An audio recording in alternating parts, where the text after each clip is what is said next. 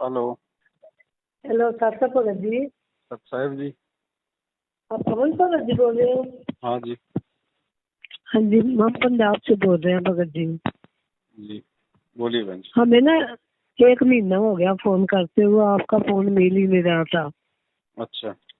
तो वो यूट्यूब से देखते हैं ना, वो संगत आपसे बात करती है ना, जी जो मुसीबत में कोई प्रॉब्लम आती है इसलिए बात, तो फिर मेरे मन में आया भी मैं भी बात करना चाहती हूँ आपसे। जी। तो भगत जी मेरे को ये एक बात बताइए कि मेरे को नाम लिए 17 को मैंने लिया था, 17 सन को, हम्म 25 फरवरी को लिया था मैंने, हम्म और 8 जुलाई को मैंने लिया था सप्तनाम। हम्म तो जब का मैं पहले जो नाम लिया ना, वो तो मेरे को बिल्कुल मैं ठीक थी। हम्म तो जब दूसरा सप्तनाम का जब का नाम लिया ना, हमारे घर में सब कुछ था, मकान था, बच्चे कच्चे थे, और पैसा था, जेवर था। और जब का सप्तनाम लिया ना, हमारे घर में खाने के लिए रोटी नहीं रहेगी, मकान बिक गया, जेवर बिक गया, बच्चे सब अलग अलग हो गए।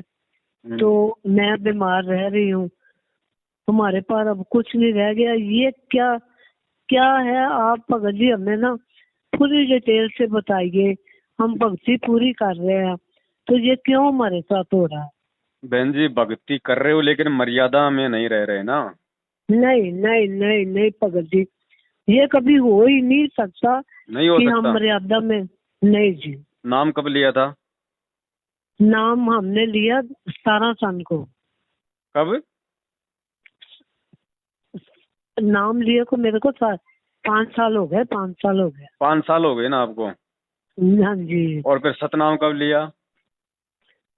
25 फरवरी को मेरे को मिला मतलब था 4-5 महीने प्रथम बाद ही नाम। आपने सतनाम ले लिया। हाँ, सप्तमी में मुड़ के 8 जुलाई को मेरे को मिल गया था। 4.5 साल हो गई आपको सतनाम लिए हाँ हुए। जी, जी जी 17 सन को लिया तो था। 4.5 साल में आप नामदान सेंटर पे कितनी बार गई?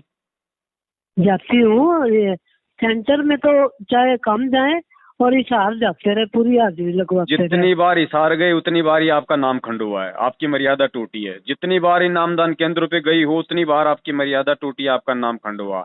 आपने इनको ज्योति पाठ कुछ करवाया? कोई दान धर्म का पैसा जी दिया कभी? सब कुछ दिया, सब कुछ भगत जी दिया। जितनी बार जो दिया मैं उतनी बार ही आपकी मर्यादा खंड हुई है। और बताओ आगे। आप कह रही हो कि मेरी मर्यादा खंडित नहीं हुई, मैं तो कोई मर्यादा नहीं तोड़ रही। अब बताओ, आप इनके आश्रमों में कितनी बार गई? कहाँ? इनके जो आश्रम बने हुए हैं पंजाब में, धूरी में, जिंद में, मुंडका में, रोहतक में, कुरुक्षेत्र में, वहां कितनी बार गई? नहीं, रोहतक में तो मैं नहीं गई, धूरी में गए थे तो हम। दूरी में गई तो फिर आपकी मर्यादा खंडित हुई। जितनी बार गई उतनी बार आपकी मर्यादा खंडित हुई है। और बताओ। नहीं, उसकी प्रॉब्लम ये बताओ कि क्यों हुई क्योंकि खंडित? गुरुजी के आदेश से कोई भी आश्रम नहीं खुला हुआ, कोई भी नामदान के अंदर नहीं खुला हुआ। इस 8 तारीखों पे जाने का आदेश गुरुजी का नहीं है। इन भक्तों को ज्योति पाठ दान का पैसा देने का आदेश गुरुजी का नहीं है। ये फर्जी नामदान के अंदर खोलने का आदेश गुरुजी का नहीं है। सारा का सारा ठीक है जी। सिस्टम एक भगोड़ा व्यक्ति संभाल रहा है। गुरुजी का भाई है, वो 7 साल से भगोड़ा बन के घूम रहा है। उसको पुलिस ढूंढ रही है बरवाला कांड के बाद से, क्योंकि बरवाला कांड जी उसका उसका करवाया हुआ है। अब ऐसे जी भगोड़े व्यक्ति के खोले गए नामदान केंद्रों से तो आपने नाम ले लिया। ऐसे भगोड़े व्यक्ति के आदेशों से आप हिसार की तारीखों पे जा रहे हो। वहां जाके आप जी भीड़ इकट्ठा करते हो। क्या कर लिया आप लोगों ने?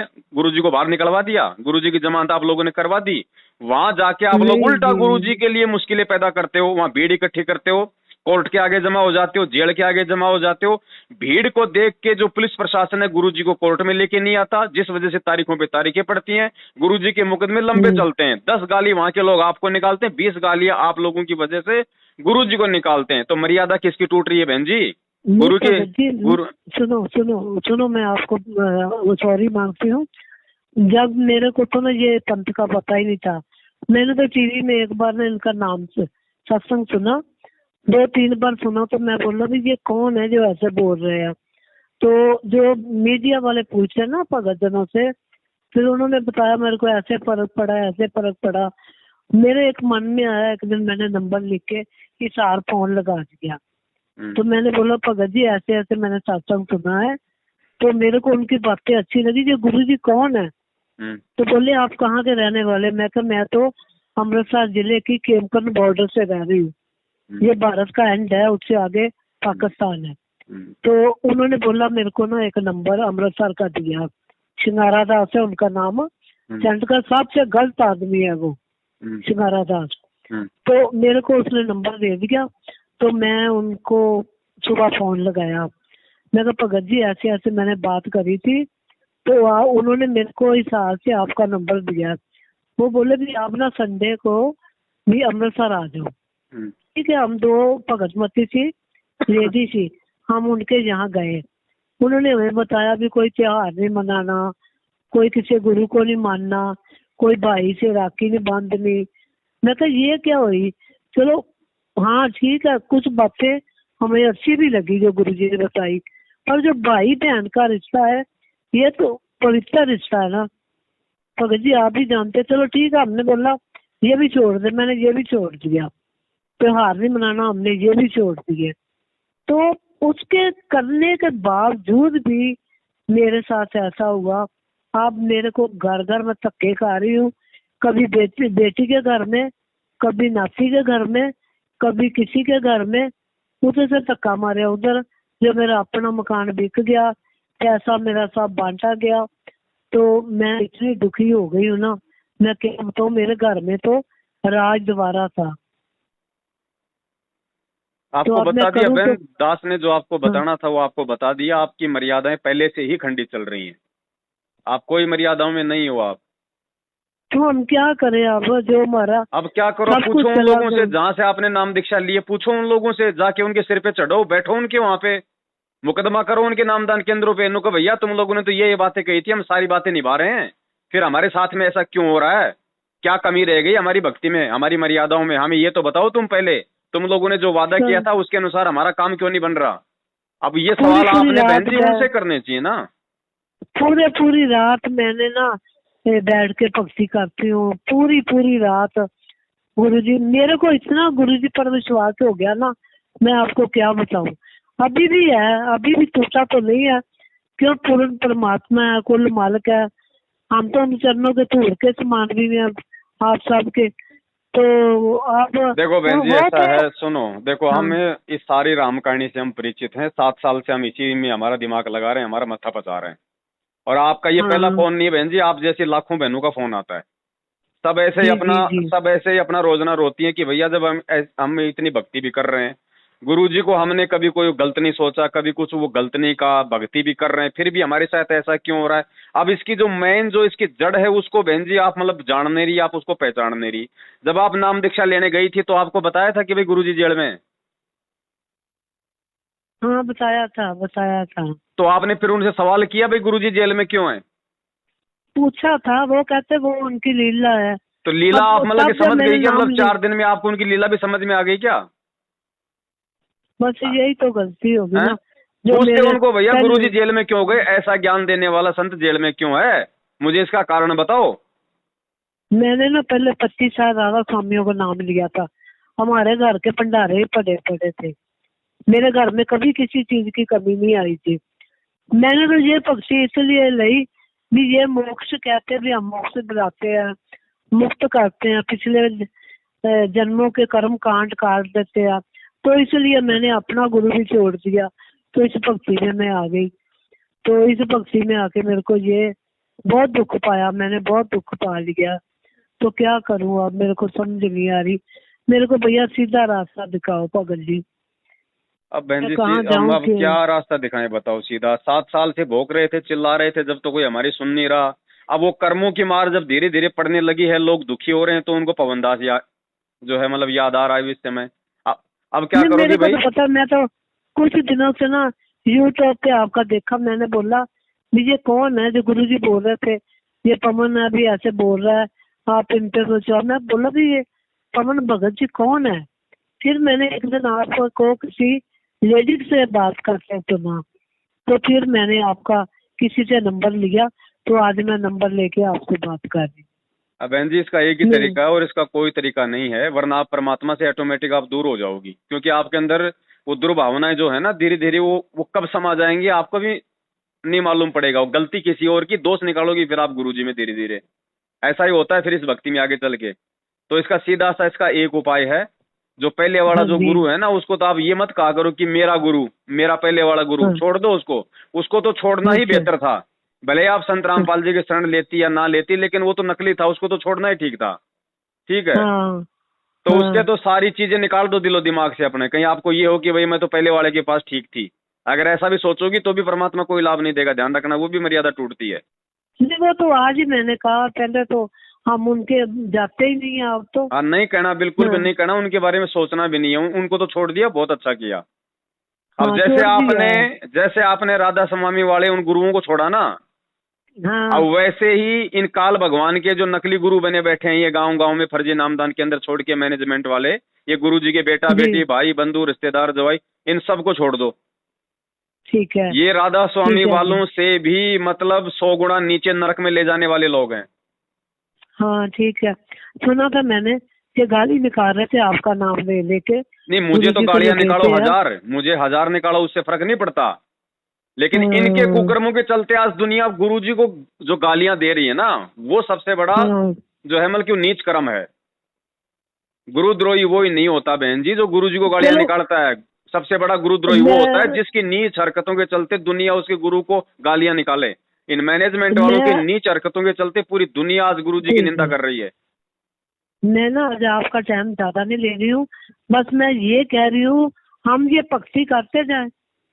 देखो बहन, मत। ऐसे भक्ति करने से कोई फायदा नहीं होगा, तो आप करती रहो। ऐसे तो आप 5 साल से कर रही हो, फिर भी आपका बेड़ा गर्क हो गया।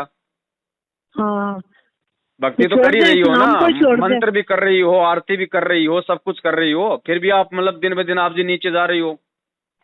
जो पहले प्रथम नाम मैंने लिया था तो मेरे को इतना फायदा हुआ ना, मैं क्या बताऊँ। जब का 7 नाम लिया तब का हो गया। तो प्रथम नाम लिया तब तक तो आप ठीक थी, चलो आपकी अनजाने की गलती थी, आपको नहीं पता था भाई ये नामदान के अंदर सही है या गलत है। अब 4 ठीक महीने है जी। बाद में आपको सतनाम मिला, तब तक तो आपके भगत भी संपर्क में आए होंगे, आपने खुद भी मतलब विचार करना चाहिए था। ये सतनाम ऐसे काम करता है क्या? कौन देगा सतनाम? सतनाम खुद वो परमात्मा दान करता है, और कौन दान कर देगा हाँ सतनाम? आपने अपने गुरु भाई से हाँ। नाम लिया, तो आपका गुरु कौन हुआ? नहीं, टीवी से लिया था, तो टीवी से। टीवी से बहन जी, टीवी से मैं आपको अभी जो है मतलब 4 चपाती रे 1 सब्जी की वो कटोरी भेजता हूँ, टीवी में चलेगी, आपका पेट भर हाँ जाएगा? जी। नहीं भरेगा, नहीं आपको देते। ये कोई मंत्र है? वो 3 नाम का जाप है ओम तत्सत। ओम ब्रह्म का जाप है, तत् ये परब्रह्म का, ये सांकेतिक जाप है, और सत्य ये पूर्ण परमात्मा का, ये भी सांकेतिक गुप्त है, जो ये दास बता सकता है, और कोई अधिकारी ही नहीं है। मान ले किसी भक्त ने नाम ले लिया और वो कहीं नाम देने लग जाता है तो वो पाप का भागी है, अपराधी है, परमात्मा उसे माफ नहीं करेगा, क्योंकि अधिकारी नहीं है वो।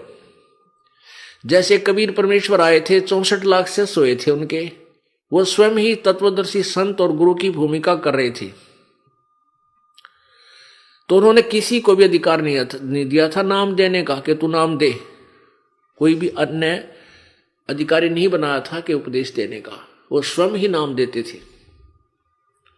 तो इसी प्रकार वर्तमान में इस दास के अतिरिक्त कोई भी अगर ये मंत्र देता है वो अपराधी है, परमात्मा का शत्रु है। वो भोली आत्माओं को गुमराह करके नकली पासपोर्ट बना रहा है, डुप्लीकेट, फर्जी। तो ये फर्जी पासपोर्ट फिर बाद में दुख देंगे, सजा भी होगी, यही रह जाओगे, पार नहीं हो पाओगे। तो वो शत्रु है परमात्मा के बच्चों का, जो धोखा दे रहा है। ऐसे नकली व्यक्तियों से भी आपने सावधान रहना है। अब वास्तविकता ये है कि हम परमात्मा को, अब यहां देखना, इनके केस बहुत आए हमारे पास। अब उन्होंने जब तक तंग वंग होकर, क्योंकि उनके काम सरे नहीं, सारे दुखी हो गए, जितने भी उनके भूत भी पूजे, प्रेत भी पूजे, श्राद्ध भी निकाला है, और सारी शास्त्र भी साधना करें। तो मैंने पूछा भी तुम गुरुदेव आपके कौन है, कि कौन नहीं जानता उन गुरुदेव को, सारे वर्ल्ड में बोलबाला उनका, विदेशों में भी करोड़ों की संख्या में उनके अनुयायी है। तो मैंने कहा आपका नाम लेने का नंबर फिर कैसे पड़ा? कहते हैं गुरुदेव ने नाम नहीं दिया हमारे को तो क्रिया समझाई थी। हम गए थे आश्रम में इनका, यहाँ पर महरौली के अंदर दिल्ली में आश्रम है, बहुत लंबे चौड़े क्षेत्र में बना हुआ है। वहां गए थे तो वहां साधु संत छोड़ रखे महाराज जी ने, उन्होंने हमारे को क्रिया समझाई थी। ऐसे ये 4 क्रिया दी थी। गुरुजी को से आप मिले हो या उन्होंने आपको डायरेक्ट ऐसी क्रिया करवाई है कि नहीं? फिर आपके गुरुजी कौन हुए? गुरुजी तो वो है जो प्रैक्टिकल करवावे और आमने सामने मंत्र देवे। गुरुजी बैठे अमेरिका में, वो तो बैठे अमेरिका में महात्मा जी, और नाम देव 3rd पर्सन, और गुरुजी वो, ये बहुत बढ़िया बात भाई। फेरे हुए किसी तक और पति कोई और, ये कभी आज तक सुना है किसी ने? अब जो और संत अभी आए हैं भक्तात्मा हमारे पास इस परिभाषा प्रभु की सुनकर, वो कहते हैं जी वो तो पहले तो ऐसा किया करते थे, अब तो स्वयं ही क्रिया बताते हैं, अब किसी के माध्यम से नहीं बताते। उनको पता लग गया होगा कि ये तो सब ऐसे ऐसे कहानी हो रही है और फिर ये तो मर्यादा भंग हो रही है, फिर वो स्वयं क्रिया देने लग गए। तो इस विश्व में 21 ब्रह्मांड में इस नाम के दान करने का इस दास के अतिरिक्त कोई अधिकारी नहीं है।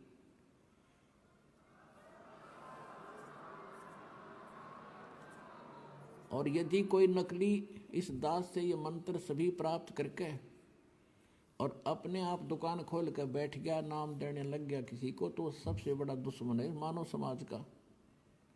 अपना नाश करेगा और 100-200 हज़ार को और खराब करके उनका भार भी सिर पर धर लेगा। तो उनसे भी सावधान रहना है, ऐसे नकलियों से बचना है और बचाना है अपने भाई बहनों को, मानना उनको प्यार से। देखो यू मार्ग है प्यार का, इसमें धक्का नहीं चलेगा। भगवान का अनुबंध है, उस काल के साथ एक एग्रीमेंट है कि जबरदस्ती ना करना। तो आपने इस फार्मूले को अपनाना है, जबरदस्ती नहीं करना, प्यार से समझाना अवश्य। चाहे कोई गाली दे, आपने बुरा बोला है। अब जैसे एक छोटा सा बालक और अग्नि में हाथ देने चला, हीटर जला था, हीटर की तरफ भाग रहा है और उसको उठा लिया बड़े भाई ने, बहन ने या पिता ने, और वो रो रहा है मुझे छोड़ दे, और वो उधर से बालक है नादान थप्पड़ भी मार रहा है सिर में, मुझे छोड़। तो हम नहीं छोड़ सकते उसको, उसका बुरा भी नहीं मान सकते कि बालक इसको पता नहीं और छोड़ दिया तो जलेगा यूँ। तो ये कहते हैं ना, भावनाओं को ठेस पहुंचाता है रामपाल। रामपाल भावनाओं को ठेस नहीं पहुंचाता, आपका जीवन बचाता है।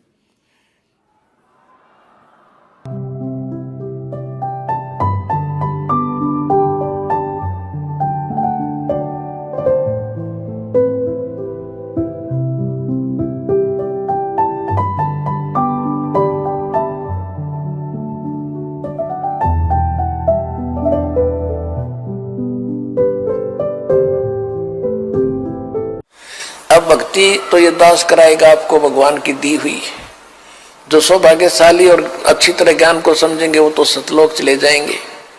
ये दिक्कत आओगी लास्ट के दिनों में, यानी हजारों वर्ष ये ज्ञान चलेगा, हजारों वर्ष ये साइंस की ये विद्या चलेगी, जो ये टीवी है और ये चिप है, मोबाइल है, इनके माध्यम से ये ज्ञान दिया जाएगा। दास तो चला जाएगा सतलोक, ये 5 तत्वों का शरीर छोड़कर, लेकिन ये इलेक्ट्रॉनिक शरीर रहेगा भी दास का, ये नूरी शरीर रहेगा। टीवी पर चला करेगा, नाम दिया करेंगे, नाम चलेगा। ऐसे तो फिर सारा नाम भी टीवी CD से दिया जाएगा। दास के जाने के बाद व्यवस्था की जाएगी।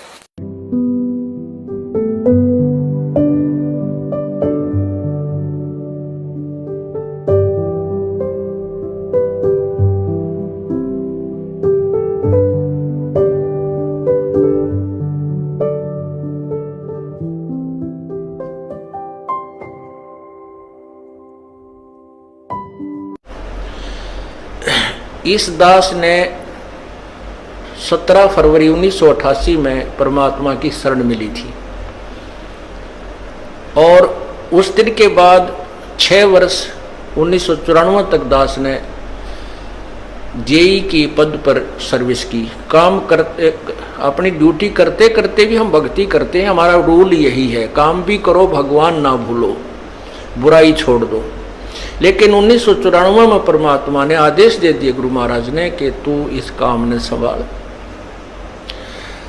अब गुरु की आज्ञा का अवहेलन करना भगत का काम नहीं होता। जो गुरु वचन पर डट गए कट गए फंद 84 के, भाई जो गुरु वचन पर डट गए कट गए फंद 84 के।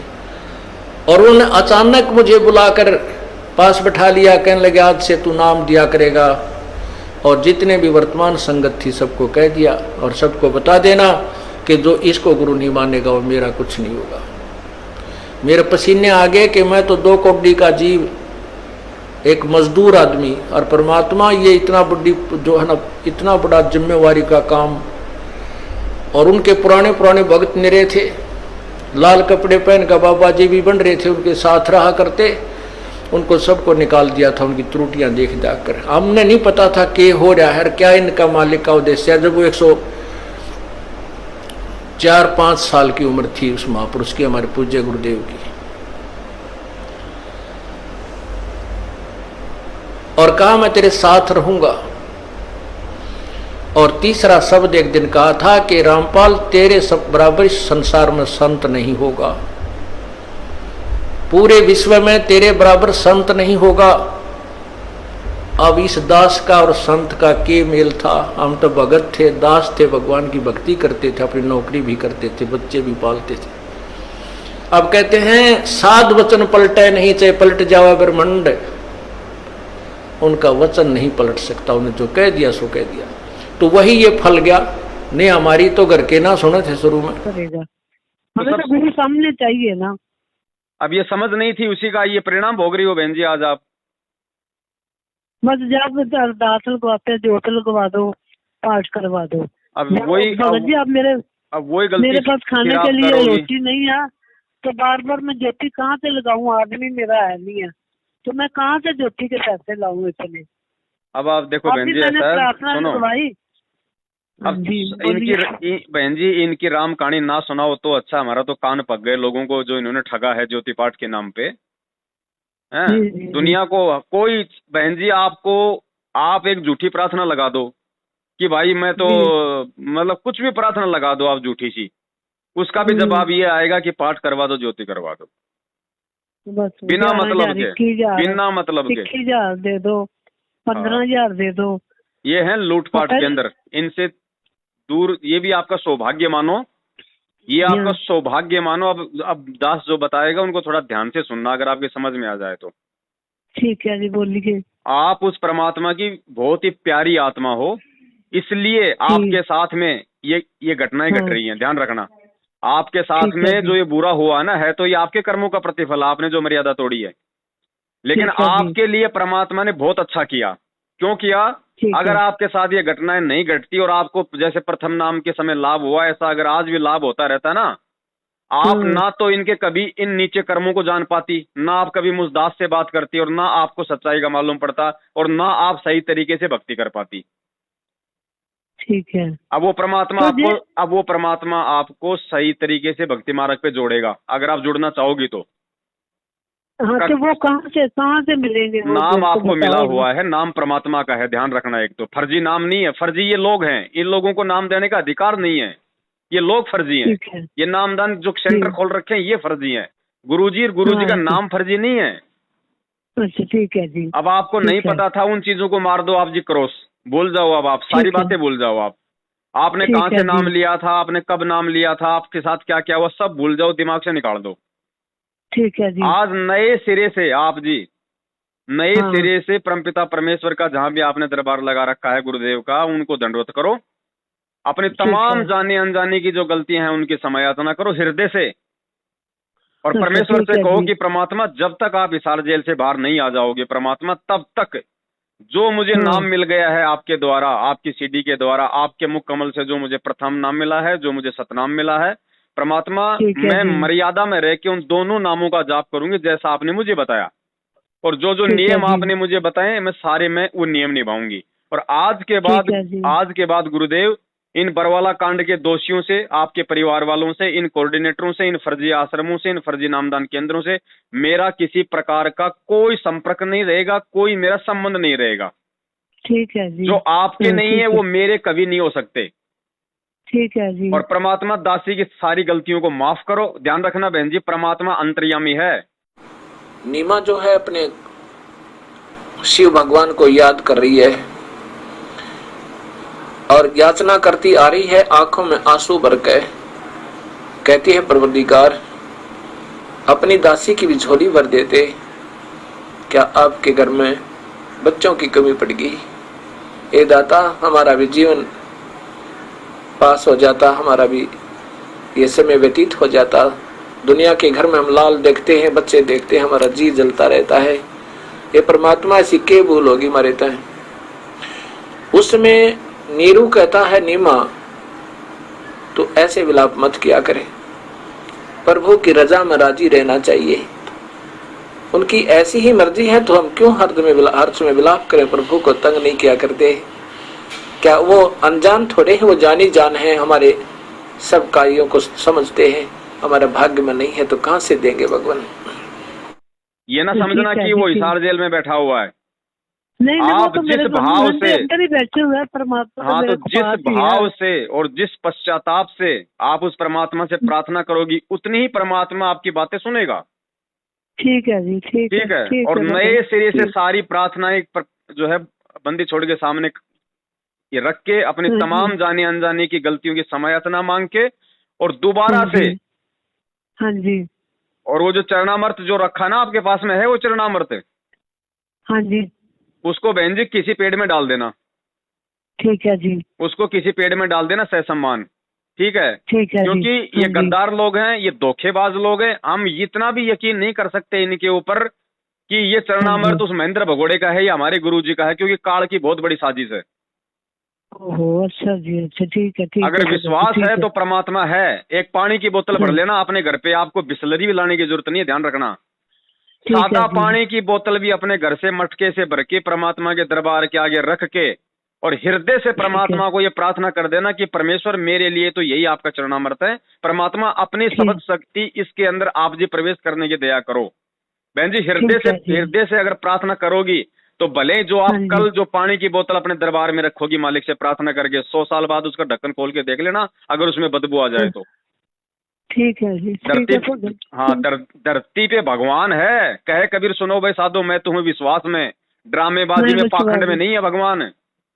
ठीक है जी। और नए सिरे से उसी प्रकार से अपने प्रथम मंत्र का, अपने सतनाम का जाप करो, अपनी मर्यादाओं में रहो और मालिक से प्रार्थना करती रहो।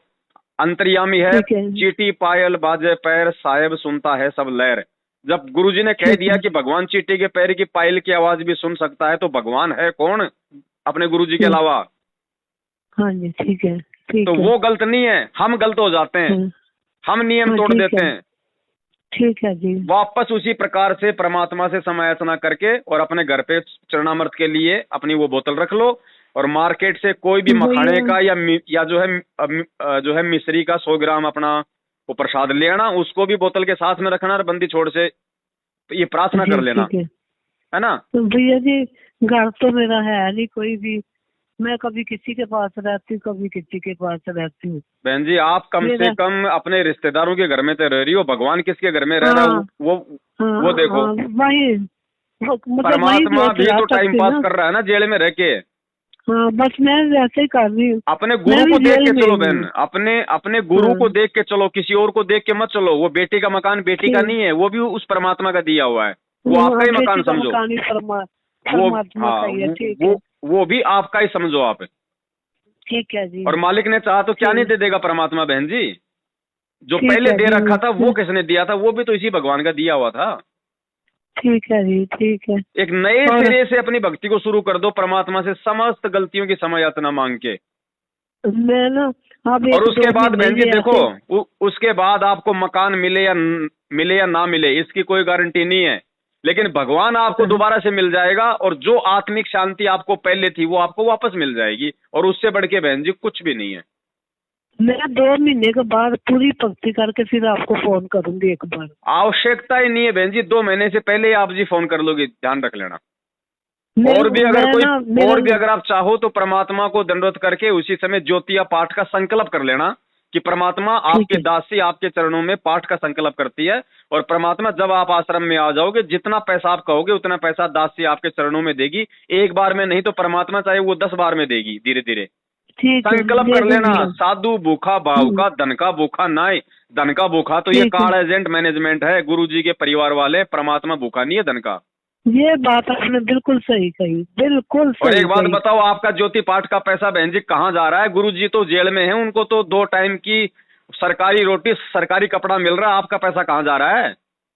पता नहीं कहाँ जा रहा है। क्या तो कुपात्रों को दान दोगे और कुपात्र उस दान पे मौज मस्ती करेंगे तो उसके परिणाम तो देने वाले को भोगने पड़ेंगे ना। वो तो हम रहे हैं ना लोग, आप नहीं। 90% संगत भोग रही है बहन जी, और इसी कारण से लोग इस परमात्मा की भक्ति छोड़ छोड़ के जा रहे हैं। और आपका सौभाग्य है, आपका सौभाग्य कि आपने फोन कर लिया, नहीं अगर फोन नहीं करती, अगर महीना भरोर, तो आप भी दूर हो जाती भगवान से।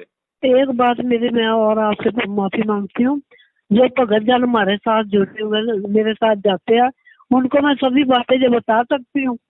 बहन जी आप बताओ, लेकिन वो आपकी बातों को नहीं मानेंगे क्योंकि अभी उन पे वो कर्मों की चोट नहीं लगी। मानेंगे तो बताओ, बताने में कोई हर्ज नहीं है, बताना आपका फर्ज है। उनको बोल देना भैया आज नहीं तो कल जो मेरे साथ बीती है वो तुम्हारे साथ भी बीतेगी, ध्यान रखना, अगर इनके साथ रहोगे तो। ठीक है ठीक है ठीक है।